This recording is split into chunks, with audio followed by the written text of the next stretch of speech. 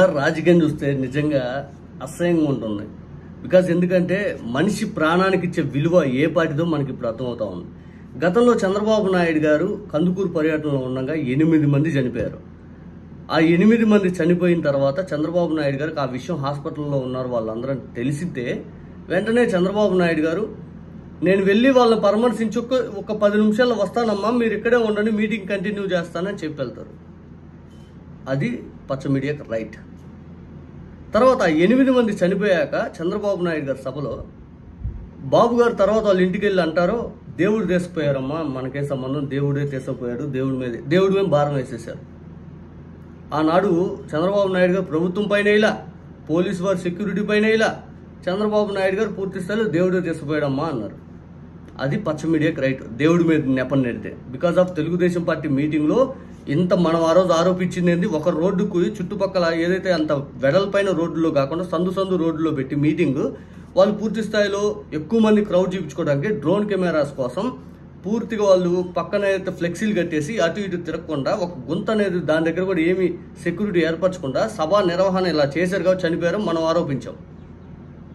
నాడు అది రైట్. చంద్రబాబు నాయుడు గారి హయాంలో, చంద్రబాబు నాయుడు గారి మీటింగ్లో 8 మంది చనిపోయినా, గుంటూరులో 3 చనిపోయినా, క్రౌడ్ని బిల్డప్ చేసి పూర్తి స్థాయిలో ప్రజల్ని మార్చే ప్రయత్నం చేసినందుకు చంద్రబాబు నాయుడు గారు రైట్. ప్రాణాలకు ఇచ్చే విలువ కంటే చంద్రబాబు నాయుడు గారు సక్సెస్ఫుల్గా చేశారు ఆ సభను అంటానికి మీరు రైట్. ఈరోజు జగన్మోహన్ రెడ్డి గారి విషయానికి వద్దాం. ఆనాడు ఎటువంటి ఆంక్షలు లేవు. ఈరోజు జగన్మోహన్ రెడ్డి గారి విషయానికి వస్తే రెంటపాలకి వెళ్తే రెంటపాలలో మీటింగ్ అనేది, ఆ భరోసా కార్యక్రమం అనేది, ఆ పరామర్శ యాత్రకు అనేది ఆపేయాల. దానికోసం 100 మంది రావాలి, 3 కార్లు రావాలి. ఆయన జగన్మోహన్ రెడ్డి గారు ఆయన పని ఆయన ఎట్లా కొనసాగుతూ ముందుకెళ్ళాడు. ఆయన్ని ప్రేమించే వాళ్ళు, పార్టీని అభిమానించే వాళ్ళు, సాధారణ ప్రజలు విపరీతంగా, ఆయన ఒక మాస్ లీడర్ కాబట్టి క్రౌడ్ అనేది ఎక్కడికక్కడ విపరీతంగా వచ్చారు దారి పొడుగున. ఈ వెళ్ళే క్రమంలో పోలీసు వారు తగిన భద్రత కల్పించాలి, కానీ ఆపే ప్రయత్నాలే చేశారు పోలీసు వారు. ఎక్కడ కూడా పోలీసు వారు పూర్తి స్థాయిలో రోప్ మెయింటైన్ చేయడం కానీ, ప్రజలకు ఆయన కాన్వాయ్కి అడ్డం రాకుండా ఉండటం కోసం కానీ, లేకపోతే పూర్తి స్థాయిలో ఆయనకు సెక్యూరిటీ ఇంకా అదనంగా కల్పించే ప్రయత్నం కానీ, ఇక జగన్మోహన్ రెడ్డి గారిని పోలీసు వారు కాపాడుతూనే మళ్ళీ సాధారణ ప్రజలు తొక్కిసలాట్లు జరగకుండా కాపాడాల్సిన బాధ్యత కూడా ప్రభుత్వానికి, పోలీసు వారిది. ఇప్పుడు వాళ్ళు అవన్నీ వదిలేసి ఆపే ప్రయత్నం మీద కాన్సన్ట్రేషన్ చేసేకి ఈ తొక్కిసలాట, అది ఈ కారు కింద పట్టడం, లేకపోతే ఒక అతను హార్ట్ అటాక్ ఏదో వచ్చి చనిపోయాడు, అతన్ని తీసేయండి, ప్రభుత్వం ఏదో తప్పేయాల్సిన బాధ్యత లేదు మనకి. అతను ఆరోగ్యం సరిలేకో లేకపోతే ఇంకొక ఎండ వేడి ద్వారా చనిపోయాడు. ఈ సింగయ్య అనే ఒక పెద్ద ఆయన వేరే కారు తొక్కి చనిపోయాడు, జగన్మోహన్ రెడ్డి గారికి సంబంధం లేదు, స్వయంగా ఎస్పీ గారు చెప్తారు. నాటి నుంచి వీళ్ళు వెలికి తీసి ఏం జరిగిందో ఇది అని చెప్పి ఒక వీడియో తీసుకొచ్చి ఇప్పుడు ప్రజెంట్ చేసి జగన్మోహన్ రెడ్డి గారు కారు తోలు చంపేశారు అంటారు. మరి నా చంద్రబాబు నాయుడు గారు చంపారా?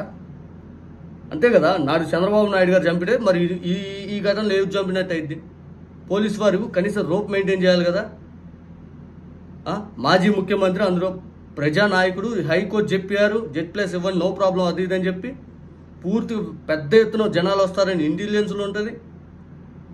ఎక్కడికి వెళ్ళినా విపరీతమైన క్రౌడ్ ఉంటే ఇటువంటి ఘటనలు అనేవి జరగకూడదు అని చెప్పి మనం బలంగా కోరుకొని ఇంకా ఎక్కువ కాన్సన్ట్రేషన్ చేయాలి. నిజంగా అక్కడేమో సభలో తొక్కిసలాట కాదు, దారి పొడుగున జనాలు. అది ఇక్కడ వచ్చేసి పూర్తి స్థాయిలో ప్రభుత్వం జగన్మోహన్ రెడ్డి గారికి ఎంత చిత్తశుద్ధిగా సెక్యూరిటీ కల్పిస్తుందంటే, నిన్న సాయంత్రం ఒక అతను కారులో జగన్మోహన్ రెడ్డి గారి ఇంటి దగ్గరికి నుంచి వెళ్తూ రోడ్డు పైన జగన్మోహన్ రెడ్డి గారి ఇంటి దగ్గర తాటికాయ వేస్తారు. ఇందో తాటికాయ, దాని తాలూకు ఇదిగో సీసీ ఇందో, అదిగోండి అతను ఇసిరేసి వెళ్తాడు.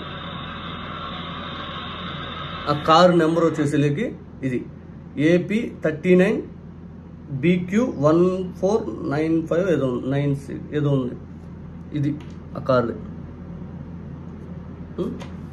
ఇటువంటి ఘటనలు పునరావృతం కాకుండా పూర్తి స్థాయిలో ఎలా చేయాలి అని ఆలోచన చేయాలి కదండి.